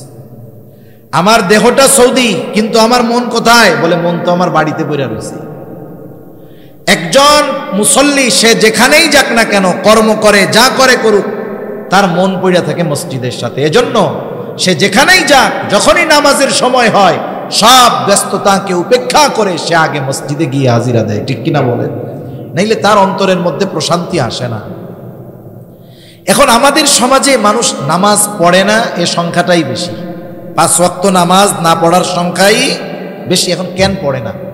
না পড়ার যে কারণগুলো, এর মধ্যে অন্যতম একটি কারণ, মানুষ রুজি রোজগার করতে গিয়া নামাজ পড়ার টাইম পায় না। সিএনজিওয়ালাকে জিজ্ঞাসা করেন নামাজ পড়ো না কেন? বলে আমি তো গাড়ি চালাইয়াই শেষ করতে পারি না, নামাজ পড়বো কোন সময়? আপনি চাকরিজীবীকে জিজ্ঞাসা করেন নামাজ পড়তে পারো না কেন? বলে ডিউটি করেই শেষ করতে পারি না, নামাজ পড়বো কোন সময়? ব্যবসায়ীকে জিজ্ঞাসা করেন নামাজ পড়ো না কেন? বলে ব্যবসার ব্যস্ততা, কাস্টমারের চাপ, নামাজ পড়ার টাইমই পাই না। এইরকম কথা বলনেওয়ালা লোক সমাজে আছে না নাই? আপনাদের জিজ্ঞাসা করি, এই যে মানুষ কর্ম করে, পরিশ্রম করে, অবশ্যই শখে করে না, করে রিজিকের জন্য, ঠিক কিনা বলেন? জীবন উপকরণের জন্য করে। এখন যেই রিজিক উপার্জন করতে গিয়ে নামাজ পড়ার সুযোগ পায় না, টাইম পায় না, একটু বুঝে থাকলে জবান খুলে জবাব দিবেন। বলেন তো, মানুষগুলো যেই রিজিক অর্জন করতে গিয়ে নামাজ পড়ার টাইম পায় না, সেই রিজিকের মালিক কে? আরো জোরে বলেন না কে? তার মানে বোঝা গেল রিজিকের মালিক হলেন আল্লাহ। আমার কর্ম আমাকে রিজিক দেয় না, মূলত রিজিক দেন আল্লাহ। এখন বলেন, রিজিকের মালিক যদি রিজিক পাওয়ার পদ্ধতি বলে দেয়, এর চাইতে উত্তম পদ্ধতি আর কোনোটা হতে পারে নাকি? আমরা ইমানদার, আমরা শুধু কর্মের উপরে ডিপেন্ড করব না। শুধু কর্মের উপরে ডিপেন্ড করে তাকদীর, ভাগ্যকে অবিশ্বাস যারা করে, এরা যত উন্নত বিশ্বের লোক হোক না কেন, এরা হতাশা, ডিপ্রেশন, টেনশনে ভুগে বেশি। আর ইমানদার যখন চেষ্টা কইরা না পায়, কয় তকদিরে ছিল না, পাই নাই, সব শেষ, টেনশন সব কি মুহূর্তের ভিতরে শেষ। এখন রিজিকের মালিক আল্লাহ, আমার কর্ম আমাকে রিজিক দেয় না, রিজিকের মালিক আল্লাহ, আল্লাহ তাআলাই রিজিক দেন। মনে রাখবেন, আমরা আমরা আমরা আমাদের কর্মের মাধ্যমে কিছু পাইতে পারি, কিন্তু ওটার মধ্যে বরকত থাকবে না। কিন্তু আল্লাহ তাআলা যদি দেন, তার শর্ত ঠিক যদি রাখি আমরা, আল্লাহর পক্ষ থেকে যেই রিজিক আসবে, ওটা যদি অল্প হয়, ওর মধ্যে বরকত থাকবে, ঠিক কিনা বলেন? এখন আসেন রিজিকের মালিক, রিজিক পাওয়ার পদ্ধতি কি বলেছেন? আল্লাহ তাআলা বলেন, ওয়া'মুর আখলাকা বিস-সালাতি ওয়াসতাবির আলাইহা লা নাসআলুকা রিজকা। আমি যদি আল্লাহর পক্ষ থেকে আল্লাহর পক্ষ থেকে যদি বরকতময় রিজিক আশা করি, তাহলে 1 নাম্বার আমাকে তো নামাজি হতেই হবে, ঘরের মানুষদেরকেও নামাজি বানাতে হবে। ওয়ামুর আহলাকা বিসসালাহ, মনে রাখবেন আপনি একা নামাজি, তাহাজ্জুদ আওয়াবিন ইশরাক বাদ দেন না, কিন্তু আপনার ঘরের ছেলেটা নামাজ পড়ে না, আপনার মেয়েটা নামাজ পড়ে না, আপনার স্ত্রী নামাজ পড়ে না, আপনি দ্বীনের উপরে চলেন কিন্তু আপনার পরিবার পরিজন দ্বীনের উপরে চলে না, মনে রাখবেন আপনার অধীনস্থ মানুষগুলো বদ্দিন হওয়ার কারণে আল্লাহ তাআলা আপনার রিজিককে সংকুচিত করে দিবে। এজন্য আপনার রিজিকে বরকত আসার অন্যতম মাধ্যম আপনার পরিবারও দিনদার হতে হবে।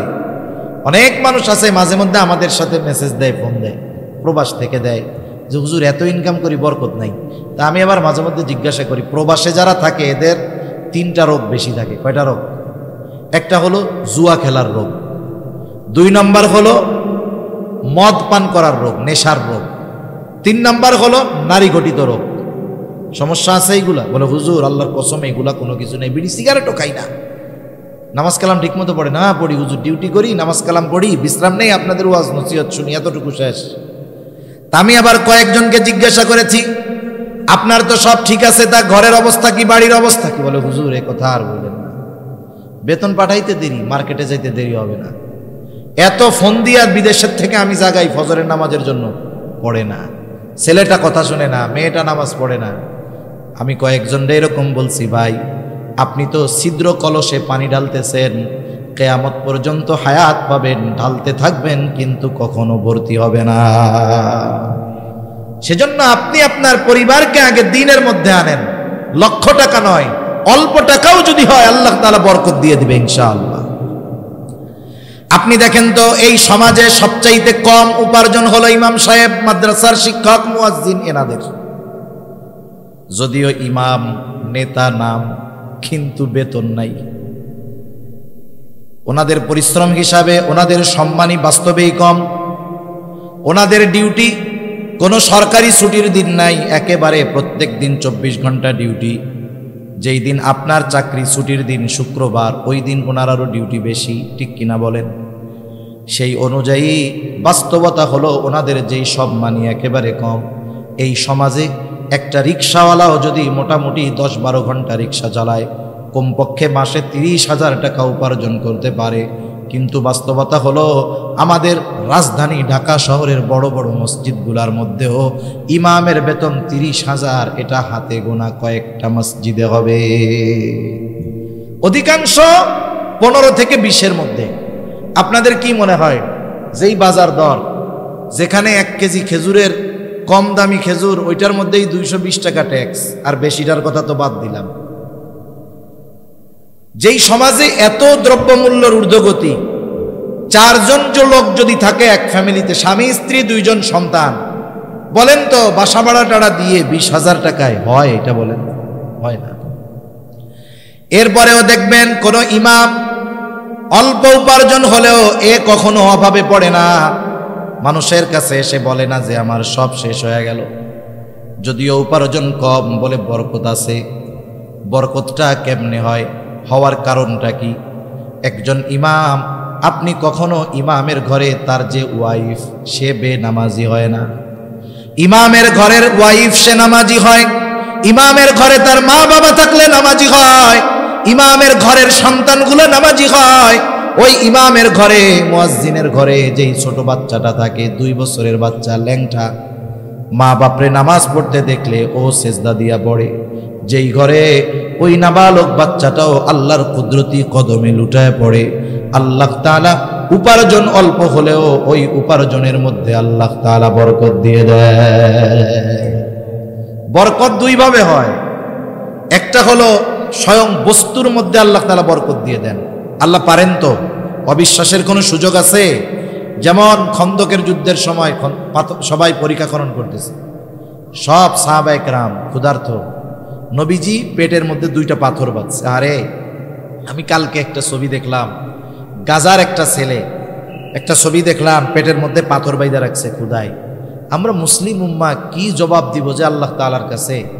মনে রাখবেন, আজকে যদি আমরা আমাদের ভাইকে বাঁচানোর জন্য ঐক্যবদ্ধ না হই, একত্রিত না হই, তাদেরকে যদি সাহায্যের জন্য আমরা ঐক্যবদ্ধভাবে এগিয়ে না যাই, একদিন আমাকেও বাঁচার জন্য একা দাঁড়াতে হবে, কেউ আমার আপনার পাশে আসবে না।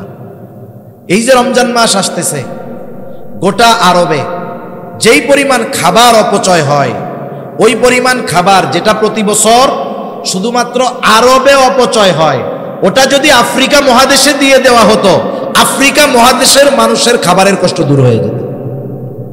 এই রমজান মাস কত খাবার অপচয় হবে। অথচ দেখেন গাজার শিশু এখনই পেটের মধ্যে পাথর বেঁধে রাখছে, চতুর্দিক থেকে ঘিরে রাখছে। 57টা মুসলিম কান্ট্রি, এরা যদি শুধু একটু আওয়াজ করত,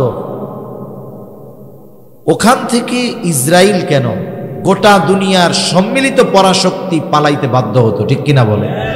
কিন্তু বাস্তবতা হলো আমরা তো 1000 মাইল দূরে, আমরা সীমান্তের বেড়া জালে গেড়া কলে আটকে গিয়েছি।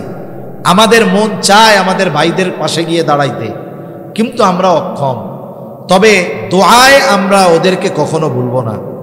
মনে রাখবেন, ওরা অল্প মানুষ, একটা সংগঠন হামাস, এর বিরুদ্ধে লড়াই করতেছে গোটা ন্যাটো শক্তি, মানে কি ইউরোপ আমেরিকা সম্মিলিতভাবে ওদের বিরুদ্ধে যুদ্ধ করতেছে।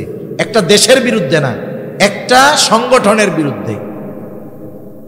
জেহাদের ময়দানে বিজয় শুধু অস্ত্রের জোরে আসে না, দুইটা জিনিস লাগে, অস্ত্রও লাগে, অশ্রুও লাগে। বদরে সাহাবীর সংখ্যা কত? 313, বিপক্ষে 1000 সশস্ত্র। নবীজি এমনভাবে দোয়া করতেছেন তাঁবুর মধ্যে বৈশা। আবু বকর সিদ্দিক রাদিয়াল্লাহু তাআলা আনহু আয়েশা বলতেছে, ইয়া রাসূলুল্লাহ আপনি থামেন, যথেষ্ট হয়েছে, আল্লাহ আমাদেরকে বিজয় দান করবে। তাহলে অশ্রুও লাগে, অস্ত্রও লাগে। অস্ত্রের জোরেই যে জয়ী হয় তা না। এবার আসেন প্রেক্ষাপট দ্বিতীয়টা, উহুদের ময়দান। উহুদের যুদ্ধে মুসলমানদের সংখ্যা বেশি, আগের চাইতে বেশি, অস্ত্র শস্ত্রও বেশি। বদরের যুদ্ধে মুসলমানদের মন মানসিকতা যেই পরিমাণ ছিল আল্লাহর প্রতি, এখনো আছে, তবে আসবাবের প্রতিও একটা ভরসা আসছে। এখন সংখ্যায়ও আমরা বেশি, অস্ত্রেও বেশি। আল্লাহ তাআলা সাময়িক পরাজয় দিয়ে মুসলমানদেরকে শিক্ষা দিয়েছেন, শোনো, যারা ইমানদার এরা অস্ত্রের বলে, সংখ্যার বলে জয়ী হয় তা নয়, বরং এরা আল্লাহ তাআলার সাথে সম্পর্ক যত গভীর হবে, সংখ্যায় যত কম হোক, অস্ত্র যত কম হোক, আল্লাহ তাআলা ওদেরকেই বিজয় দান করবে। এ বদর যুদ্ধ ছিল মুসলমানদের জন্য শিক্ষণীয় এক বিষয়, যার কারণে এর পরবর্তী সময় থেকে নিয়ে মুসলমানেরা অনেক সংখ্যায় হলেও, অস্ত্র অনেক থাকলেও, অস্ত্র এবং সংখ্যার উপরে তারা কোনো সময় ডিপেন্ড করে নাই, আল্লাহ তাআলার উপরে তারা ভরসা রেখেছে। তাহলে আমরা তো অস্ত্র দিয়ে ওদের সাথে যুদ্ধ করতে পারবো না, আমরা অস্ত্র দিয়ে দোয়া করব। রমজান মাস আসতেছে, দোয়া কবুলের মাস। আমরা খাস করে প্রত্যেকটা দোয়ায় ওদেরকে উল্লেখ করব। আমাদের সমস্যা হলো, যখন সংবাদ মাধ্যম, গণমাধ্যম একটা বিষয়কে বেশি ফলাও করে প্রচার করে, ওই সময় আমাদের মধ্যে কিছু আবেগ, দরদ জেগে ওঠে। যখন সংবাদ মাধ্যম অন্য ইস্যুতে চলে যায়, তখন ওইটা আমরা ভুলে যাই। কিন্তু তাদের অবস্থা তো ওইরকমই আছে, আরো কষ্ট হচ্ছে। জানেন কয়েকদিন আগে কি হয়েছে? খাবারের অভাব, গোটা দুনিয়ায় যখন খাবারের অপচয়, তারা খাবারের অভাবে আছে। কত বড় খারাপ এই ইহুদি জাতি! ওরা একটা জায়গায় মানুষদেরকে খাবার দিবে, ত্রাণ দিবে, স্বাভাবিক খাবারের অভাব, সব শিশুরা, মহিলারা, বৃদ্ধরা, পুরুষেরা সব এক জায়গায় একত্রিত হয়েছে। আপনারা এপ্রিল ফুলের ইতিহাস জানেন না? এপ্রিল ফুল, 1 এপ্রিল অনেক মুসলমানের সন্তানেরা মেসেজ দিবে বোকা বানানোর জন্য। এপ্রিলের বোকা, এটা তো মুসলমানদেরকে বানানো হয়েছিল। স্পেন যখন মুসলমানদের হাতছাড়া হয়ে গেছে, ওই জালেমরা বলছে যে তোমরা এক কাজ করো, তোমরা যারা মসজিদের মধ্যে যাবা তোমরা নিরাপদ। আর এক গ্রুপকে বলছে যারা নৌকায় ওই পাড়ে চলে যেতে চাও তারা নিরাপদ। এরা কি করলো? যাদেরকে সাগর পথে পাঠাইছে এদের নৌকাগুলো ছিদ্র করে দিয়েছে, সমুদ্রে ডুবে অনেক মুসলমানেরা মারা গেছে। মসজিদের মধ্যে যারা ঢুকবা তোমরা নিরাপদ, ওরা চারদিক দিয়ে আটকিয়ে মসজিদের মধ্যে আগুন ধরায় দিচ্ছে। এই যে মুসলমানেরা যে বোকা হইছে, মসজিদে ঢুকছে বাঁচার জন্য, আর ওরা মেরে ফেলতে পারছে, এটা ওদের আনন্দের বিষয়। আর এই বিষয়গুলো আমাদের মুসলমানের সন্তানেরা না জেনে 1 এপ্রিল বন্ধুরে মেসেজ পাঠাবে, ফাঁকা মেসেজ, বলদ বানানোর মেসেজ, এগুলো আমরা করব না। এই সব গাজার মানুষেরা এক জায়গায় একত্রিত হয়েছে, কিসের জন্য? বলে কিছু খাবারের জন্য। এইটাকে ইসরায়েলিরা সুযোগ মনে করে ওই জায়গায় বোমা হামলা করছে। কতটা অমানবিক হতে পারে, কতটা অমানুষ হতে পারে, কতটা নৃশংস হতে পারলে এই ধরনের কাজ একটা জাতি করতে পারে। ওদের জন্য হেদায়েতের দোয়া আর কি করব, মুখ দিয়া হেদায়েতের দোয়া আসে না, এখন ডাইরেক্ট ধ্বংসের দোয়াই করতে মন চায়। ঠিক কিনা বলেন? একটা বিষয় হলো তাদের এই অবস্থা, আমরা সহযোগিতা করতে পারতেছি না, কমপক্ষে যদি প্রতিদিন দোয়া না করি আল্লাহর দরবারে ধরা খেয়ে যেতে হবে। কমপক্ষে এতটুকু তো বলতে পারবো, আল্লাহ আমরা তো অক্ষম দুর্বল ছিলাম, আপনি তো সবল, আপনার কাছে তো বলছি, আপনি এই ব্যাপারে আমাদেরকে দায়ী করেন না। সেজন্য আমরা তাদের বিষয়টা আল্লাহ তাআলার কাছে দোয়া করব তো ইনশাআল্লাহ। পেটে পাথর বাঁধা নবীজির, সাহাবী দেখা গেছে নবীজির পেটে পাথর, দৌড় দিয়া বাড়ি চলে গেছে, যে বলতেছে খাবার কি আছে, বলে একটা ছোট ছাগলের বাচ্চা আছে আর আটা আছে। কয়জন হতে পারে? সর্বসাকুল্য 7-8 জন বা 10 জন। খাবারের ব্যবস্থা করো। ছাগল জবাই দিয়া রান্না চড়াইয়া দিছে, রুটির খামিরা বানাইছে এরকম এরকম গোল গোল, অপেক্ষা করতেছে আসবে নবীজি আর গরম গরম রুটি বানায়া নবীজিকে দেওয়া হবে। যে বলতেছে ইয়া রাসূলুল্লাহ আপনার ক্ষুধায় পেটে পাথর, আমার বাড়িতে কয়েকজনের খাবারের আয়োজন হয়েছে, আপনি সহ কয়েকজন চলেন। নবীজি করলেন কি, সবাইরে একসাথে ডাক দিলেন, 1000-এর উপরে সাহাবী, সবাইরে। এখন বলতেছে অবস্থা কি, খাবার হলো 10 জনের, যাচ্ছে কত? 1000-এর উপরে, প্রায় 1200। দৌড়িয়ে চলে গেছে আগে, যে অবস্থা তো এই, যে বলছি নবীজিকে এইরকম, আর উনি সবাইকে নিয়ে আসতেছে। মহিলার কি ঈমান, কি ইয়াকিন, বলে নবীজি আসতে বলছে, বলে হ্যাঁ আমি নবীজিরে বলছি, নবীজি বলছে সবাই চলো। বলে তাহলে তোমার টেনশন করার কোনো দরকার নাই। সুবহানাল্লাহ। নবীজি গেছেন, নবীজিকে অবস্থা বলা হয়েছে, নবীজি বলতেছেন ঢাইকা রাখো, তরকারির পাত্র ঢাকো, এইবার রুটির খামিরা যেগুলো গোল গোল বানানো হয়েছে ঢাইকা রাখো। ঢেকে রাখছে, নবীজি নিজ হাতে বের করে দেন, তরকারি উঠায় দেন, ওপাশ দিয়ে রুটি বানিয়ে দেওয়া হয়, দলে দলে ঢুকে খায় আর বের হয়ে যায়, খায় আর বের হয়ে যায়। যেই খাবার 10 জনের না হওয়ার কথা, 1000-এর উপরে সাহাবীকে আল্লাহ রাসূল সাল্লাল্লাহু আলাইহি ওয়াসাল্লাম নিজ হাতে আপ্যায়ন করেছেন। সুবহানাল্লাহ। এখানে বরকতটা হইছে মূল বস্তুর মধ্যে, মূল বস্তুর মধ্যে। দ্বিতীয় বরকতের ধরন কি, বলে দেখবেন অনেকে হাফ কেজি চাউলের ভাত খেয়ে ফেলে, এরপরে ওর পেট ভরে না। বিয়া বাড়িতে গেছে, 3 গামলা গোস্ত একা খাইছে, কয় দোস্ত এরপরে আমার পেট ভরে না, এটা আরো পারতাম কিন্তু আইনা দিল না। আছে না এরকম আল্লাহর বান্দা কিছু?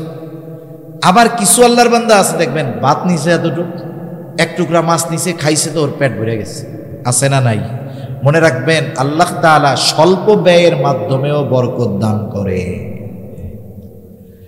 এখন যে কথার থেকে গেলাম, আল্লাহ তাআলা নামাজি যদি হয় বরকতময় রিজিক দান করে, এই কথাই আল্লাহ তাআলা বলেন ওয়া'মুর আখলাকা বিস-সালাতি ওয়াসতাবির আলাইহা লা নাসআলুকা রিজকা। তোমার অধীনস্থদের নামাজের আদেশ দাও, তুমিও তার উপরে অটল থাকো। বান্দা আমি তোমার কাছে রিজিক চাই না, বরং তুমি নামাজি, তোমার ঘরের মানুষ নামাজি, তোমরা যদি সকলে মুসল্লি হয়ে যাও, আল্লাহ তাআলা বলেন নাহনু নারযুকুকা, মুসল্লি হওয়ার কারণে আমি আল্লাহ তোমাদের রিজিক দিয়া দিব। যেই রিজিকের টেনশনে নামাজ পড়ার টাইম পাই না, আল্লাহ তাআলা বলেন নামাজি হও আমি রিজিক দিব। তাহলে বলেন নামাজ যদি পড়ি দুনিয়ার টেনশন আছে, নামাজ যদি পড়ি আখিরাতেরও টেনশন নাই। নামাজের হিসাব আখিরাতে প্রথম হবে কিয়ামতের দিন। আল্লাহর নবী বলেন যার প্রথম হিসাব নামাজের হিসাব ঠিকঠাক মতো হয়ে যাবে, আল্লাহ তাআলা তার বাকি হিসাবগুলো সহজ করে দিবে। সুবহানাল্লাহ বলেন। এজন্য আপনাদের কাছে অনুরোধ, রমজান মাস সামনে তো কিছু কথা একদিক বলতে চাইছিলাম, আমার এদিকে মাথার মধ্যে কথাগুলো আসতেছে। রমজান মাস উপলক্ষে অনেক বেনামাজিও নামাজ শুরু করে, ঠিক কিনা বলেন? রমজানে ফজরের নামাজে যেই পরিমাণ লোক হয়, অনেক মসজিদে জুমায়ও ওই পরিমাণ লোক হয় না। এই যে একটা মাস আপনি কন্টিনিউ কাজগুলো করবেন, এই শিক্ষা নিয়ে আপনি বাকি 11 মাস কাজে চালাবেন। এজন্য নবীজি বলতেছেন যে রমজান মাস হলো মুমিনদের জন্য সবচাইতে উত্তম মাস, আর মুনাফিকদের জন্য সবচাইতে কষ্টের মাস। আপনি রোজাদার তো চিন্তা করতেছেন রোজার মাস আসতেছে, কত ফজিলত সওয়াব হবে, অল্প আমলে সওয়াব বেশি পাবো। আর যেগুলো রোজা রাখবে না মুনাফিক মার্কাও চিন্তা করতেছে দুপুরে কি খামো, বাসায় তো রান্না হইব না, ঠিক কিনা বলেন? ওদের জন্য কষ্টের শেষ নাই। আর মুমিনের আনন্দ কেন? বলে মুমিন এই 1 মাসকে কাজে লাগিয়ে বাকি 11 মাসের পাথেও সংগ্রহ করে। সুবহানাল্লাহ বলেন। এজন্য একটা সময় সুযোগ আমাদের সামনে আসছে যে এখন যেহেতু আমি কন্টিনিউ করব 5 ওয়াক্ত নামাজ, এটাকে আমি মজবুতভাবে ধরে রাখবো। আগামী যত হায়াত আছে আমি এইভাবে যদি চলতে পারি, ইনশাআল্লাহ উপার্জন কম হলেও বরকত দিবেন কে? তাহলে এক নাম্বার জাহান্নামীরা বলবে লাম নাকু মিনাল মুসাল্লিন, আমরা মুসল্লি ছিলাম না, আর আমরা হব মুসল্লি। দুই নাম্বার ওরা বলে ওয়ালাম নাকু নুতঈমুল মিসকিন, জাহান্নামে যাওয়ার দ্বিতীয় কারণ হলো আমরা মিসকিনদেরকে খানা খাওয়াইতাম না। সেজন্য খানা খাওয়ানো ফজিলতের কাজ। রাসূলুল্লাহ সাল্লাল্লাহু আলাইহি ওয়াসাল্লামের কাছে একজন এসে জিজ্ঞাসা করতেছে আইয়ুল ইসলামি খায়র, ইসলামের মধ্যে সর্বোত্তম কাজ কোনটা? নবীজি উম্মতের রুহানি ডাক্তার অবস্থার আলোকে জবাব দেন। এই ব্যক্তির এই প্রশ্নের জবাবে নবীজি বললেন তুতঈমুত তাআম ওয়া তাকরাউস সালাম আলা মান আরাফতা ওয়া মান লাম তারিফ, তুমি মানুষকে খানা খাওয়াও আর পরিচিত অপরিচিত সবাইকে বেশি বেশি সালাম দাও। খানা খাওয়ানোর কথা বলে নবীজি কোনো স্তর বিন্যাস করেন নাই, ক্লাসিফিকেশন করেন নাই। একজন গরিব মানুষ সে যদি কোটিপতিকে খাওয়ায় তবে আল্লাহর সন্তুষ্টির জন্য, ওর থেকে বিনিময়ের আশায় নয়। এই খানা খাওয়ানোর মধ্যে ফজিলত আছে না নাই? আত্মীয় স্বজন দাওয়াত দিয়ে বউভাত খাওয়ান, ফজিলত আছে না নাই? বউভাত খাওয়াইয়া যদি কেউ টাকা নেয়, ফজিলত আছে না নাই? এ কাম আসেনি? টাকা পয়সা নেয় না খাওয়াইয়া দাওয়াত দিয়া? নেই তো। কয় হুজুর ফজিলত নাই, কে কইছে? টাকা পয়সা পাইলাম এটা ফজিলত না, এটা তো নগদ ফজিলত। খবরদার, আমি যাকে দাওয়াত দিব তাকে আল্লাহর জন্য দাওয়াত দিব। আমি আমার কার্ডে লিখে দিব যে কোনো গিফট গ্রান্ট করা হবে না, আল্লাহর জন্যই আপনাকে দাওয়াত দিয়েছি। সাহাবায়ে কেরাম খাওয়াইয়া কি বলতো? ইন্নামা নুতঈমুকুম লিওয়াজহিল্লাহ, আমরা তোমাদেরকে খানা খাওয়াইছি কার জন্য? যেহেতু আল্লাহর জন্য খাওয়াইছি। লা নুরিদু মিনকুম জাযাআ ওয়ালা শুকুরা, তোমাদের কাছে বিনিময় তো চাই না, তোমরা খেয়ে আমার কৃতজ্ঞতা প্রকাশ করো এটাও চাই না। কেন? বলে খাওয়াইছি আল্লাহর কৃতজ্ঞতা প্রকাশ করো, খাওয়াইছি আল্লাহর জন্য, বিনিময় যিনি দিবেন তিনি কে? সেজন্য আমরা মানুষকে দাওয়াত দিয়ে খাওয়াবো, দুনিয়ার স্বার্থে নয়, আল্লাহর জন্য। এখন যদি আমার সাধারণভাবে খাওয়াইলে ফজিলত, এখন বলেন যার খাবারের প্রয়োজন, খাবারের অভাব যার, তাকে যদি খাওয়ানো হয় ফজিলত বেশি না কম? এজন্য অসহায় মিসকিন দরিদ্র যারা আছে তাদেরকে আমরা খানা খাওয়াবো। আবার দেখেন প্রতিবেশী যদি অভাবী হয়, এক্ষেত্রে খানা খাওয়ানো শুধু ফজিলতের বিষয় নয়, ঈমান সম্পৃক্ত বিষয়। কারণ নবীজি বলেন লাইসাল মুমিন আল্লাযী ইয়াশবাউ, ওই ব্যক্তি মুমিন নয় যে পেট পুরে খায় আর তার প্রতিবেশী অভুক্ত ঘটায়। রোজার মাস আসতেছে, কতজনের সামনে 10 প্রকারের ইফতার থাকবে? 10 প্রকারের ইফতার। এরপরেও কবে হায় রে তরমুজটা থাকলে খুব ভালো হইতো। আছে না এরকম? আপনার সামনে 10টা আইটেম, 3 প্রকারের শরবত, এরপরেও আপনি আফসোস করতেছেন আর একটা থাকলে ভালো হইতো। অথচ দেখা যাবে আপনার পাশে আপনার প্রতিবেশী, সে পান্তা ভাতার শুটকি নিয়ে বসে আছে ইফতার করার জন্য। আছে না নাই?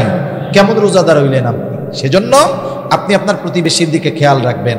আপনি 10 আইটেম থেকে 2 আইটেম কমায়া ওকে আপনি আপনার খাবারের সাথে ইনক্লুড করে নেন। একজন মানুষ, কত মানুষ রোজা রাখবে? রিক্সা চালায় রোজা রাখতে হবে, দিন মজুরি করে রোজা রাখতে হবে। আমার আপনার আশেপাশে এরকম লোকের অভাব নাই, আপনি তাকে আপনার মেহমান বানিয়ে নেন। কতজন চিন্তা করতেছে আরে এখন তো গরম যায় নাই, সারাদিন পরিশ্রম করে কেমনে রোজা রাখবো? 2 জন মানুষ বলেন আপনি আমার মেহমান, গোটা রোজার মাস আপনি আমার সাথে ইফতার করবেন, আমার সাথে সাহারি করবেন। আরে ভাই, আপনার রোজা কি হইল না হইল জানি না, ওই ব্যক্তি আপনার সাথে ইফতার করবেন, আপনি ইফতার করানোর কারণে, সাহারি খাওয়ানোর কারণে ওই ব্যক্তি রোজাদার। যেই পরিমাণ সওয়াব অর্জিত হবে রোজার মাধ্যমে, আল্লাহ অটোমেটিক আপনার আমলনামায় দিয়ে দিবে। সুবহানাল্লাহ। এজন্য আমরা প্রতিবেশীদের দিকে একটু নজর দিব, এ বিষয়টা খেয়াল রাখবো। যাদের অভাব আছে দিব। আমি একটু আইটেম কম খাইলাম, আল্লাহ তাআলা ত্যাগের মাস না, ত্যাগের মাস তো একটু ত্যাগ স্বীকার করবো, আল্লাহ বরকত দিবে ইনশাআল্লাহ। তাহলে কাজ জাহান্নামীরা বলবে ওয়ালাম নাকুনু তাইমুল মিসকিন, আমরা মিসকিনদেরকে খানা খাওয়াইতাম না। 3 নাম্বার বলবে ওয়া কুন্না নাখুদু মাআল খায়িদিন, অনর্থক অহেতুক কথাবার্তায় যারা লিপ্ত থাকতো আমরাও তাদের সাথে গিয়ে বসতাম, টাইম কাটাইতাম। এই যে আমাদের দেশে অধিকাংশ সময় দেখি যাদের টাইম আছে, সময় আছে, কেউ টেলিভিশন দেখে, কেউ চায়ের দোকানে আড্ডা দিয়ে সময়গুলো কাটিয়ে দেয়। এই সময়ের জন্য আফসোস পরে করবে, কারণ এই দুনিয়াতে জীবন্ত মানুষের বড় বড় নেয়ামতগুলোর মধ্যে অন্যতম দামি এক সম্পদ হলো হায়াত। এই হায়াত যদি আমরা এভাবে নষ্ট করে দেই, মৃত্যুর পরে আফসোস করবে, হায়াতের জন্য কিন্তু কোনো কাজ হবে না। এজন্য অহেতুক মজলিস থেকে বাঁচবো। আশরাফ আলী থানভী রহমাতুল্লাহি আলাইহি বলেন, দুই ধরনের মজলিস ছাড়া কোনো মজলিস নিরাপদ না। একটা হলো ওই মজলিস যেখানে জাগতিক কল্যাণ আছে, জাগতিক বৈধ কল্যাণ আছে, ওই মজলিস। যেমন অনেক সময় আমরা সামাজিকভাবে অনেক আলাপ আলোচনায় বসি, সমাজের এই উপকার, এই রাস্তাঘাট, এগুলো। আর দ্বিতীয় হলো ধর্মীয় দ্বীনি মজলিস, এই যে মসজিদগুলোর মধ্যে যে মজলিসগুলো হয়, এগুলো নিরাপদ মজলিস। এটা ছাড়া বাকি যত মজলিস আছে, ওই মজলিসগুলো ভালো দিয়ে শুরু হয়, মন্দ দিয়ে শেষ হয়। মনে করেন 5 জন এক জায়গায় বসছে, একজন আলেমের কথা বলতেছে, যে ওই আলেম খুব ভালো মানুষ, বুজুর্গ মানুষ। এখন একজন ভালো মানুষ সবার কাছে ভালো না, দেখা যাবে ওই মজলিসে একজন তাকে পছন্দ করে না, বলবে হুজুর এত ভালো কইও না, ওনার ব্যাপারে আমি খুব ভালো মতো জানি। আর একজন খোঁচা দিবে, কি জানো একটু আমাকে কও না। এবার বলে ওই হুজুরের ওই দোষ। এখন বলেন তো, ওই দোষ যদি ওনার মধ্যে থাকে, আছে বাস্তবে, কিন্তু ওনার অনুপস্থিতিতে আলোচনা করলেন, কি হয়ে গেল? গীবত। আর যদি না থাকে, হিংসার কারণে যদি বানায়া বলেন, তাইলে হইল অপবাদ। কি হইল? অপবাদ। শুরু হয়েছিল কি দিয়ে? প্রশংসা দিয়ে। শেষ হয় কি দিয়ে? বলে অপবাদ দিয়ে। এজন্য জীবনের উসুল অনেক সময় আছে যে অনেক সময় অনুপস্থিত ব্যক্তির প্রশংসাও সব মজলিসে করতে হয় না, বুঝে শুনে করতে হয়। যদি তার প্রতি আমার মহাব্বত থাকে, আমি মানুষের সামনে বলার দরকার নাই, আমি তার জন্য আল্লাহর কাছে দোয়া করবো, আল্লাহ আমি ওই ভাইকে আল্লাহর জন্য, আপনার জন্য ভালোবাসি, আপনি তাকে কল্যাণ দান করেন, ঠিক কিনা বলেন? এই জন্য অহেতুক মজলিসগুলা থেকে বাঁচবো। বিশেষ করে রোজার দিন গ্রাম অঞ্চলে বেশি হয়। আমাদের মা বোনেরা সকালবেলা নাস্তার রান্না নাই, দুপুরবেলা নাস্তার রান্না নাই, এইবার সব বাবিরা এক জায়গায় হয়ে গল্প শুরু করে, গল্প করতে করতে এইটা গীবতের এক মজলিসে পরিণত হয়ে যায়। অথচ দেখা যাবে গীবতের ব্যাপারে তো হযরত আলোচনা করে গেছে। এই অহেতুক মজলিসগুলো না করে, আমরা রোজার মাস, সারা বছর অনেক ব্যস্ততা থাকে, এখন একটু সময় আছে, কোরআনের মজলিসে একটু সময় দেই।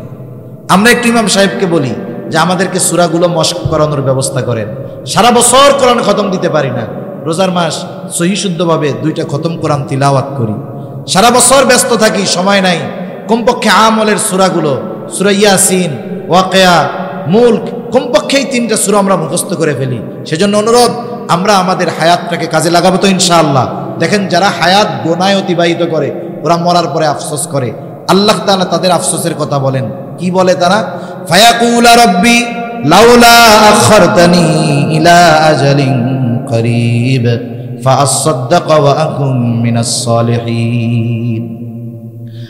মরার পরে আফসোস করে, সময়ের দাম বুঝতে পারে, তখন বলে রব লাউলা আখারতানি ইলা আজালিন করিব, আমাকে যদি সামান্য সময়ের জন্য অবকাশ দেওয়া হইতো, আবার একটু দুনিয়ায় যাওয়ার সুযোগ দেওয়া হইতো, টাকা পয়সা তো দিছিলেন, দান সদকা করতাম, এমন নেক কাজ করতাম, সৎকর্মশীলদের অন্তর্ভুক্ত হয়ে যাইতাম, ওয়া আকুম মিনাস সালিহিন। একটু সময় দেন না, আবার একটু দুনিয়ায় যাই।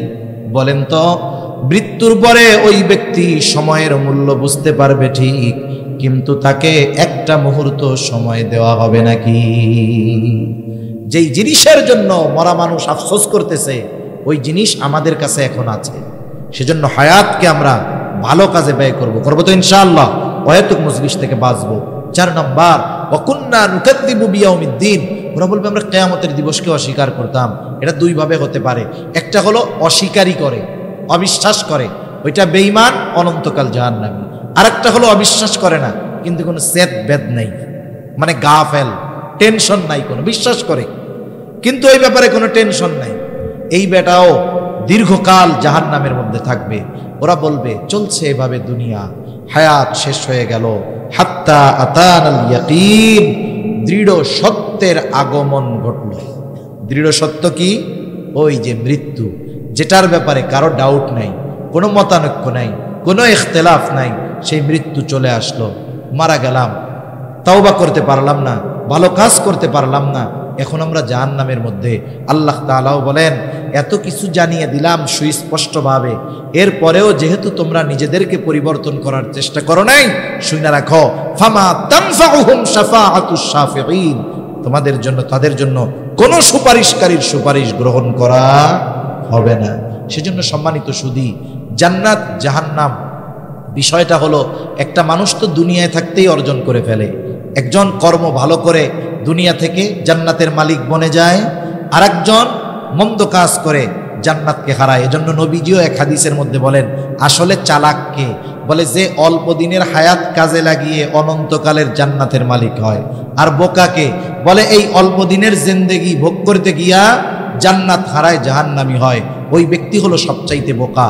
এজন্য আমরা চালাক হব, অল্প হায়াত কাজে লাগিয়ে জান্নাতের মালিক হব, জাহান্নাম থেকে বাঁচবো। আল্লাহ সুবহানাহু ওয়া তাআলা আমাদের সবাইকে কথাগুলো বুঝবার, আমল করবার তৌফিক দান করেন। সকলে বলি আমিন।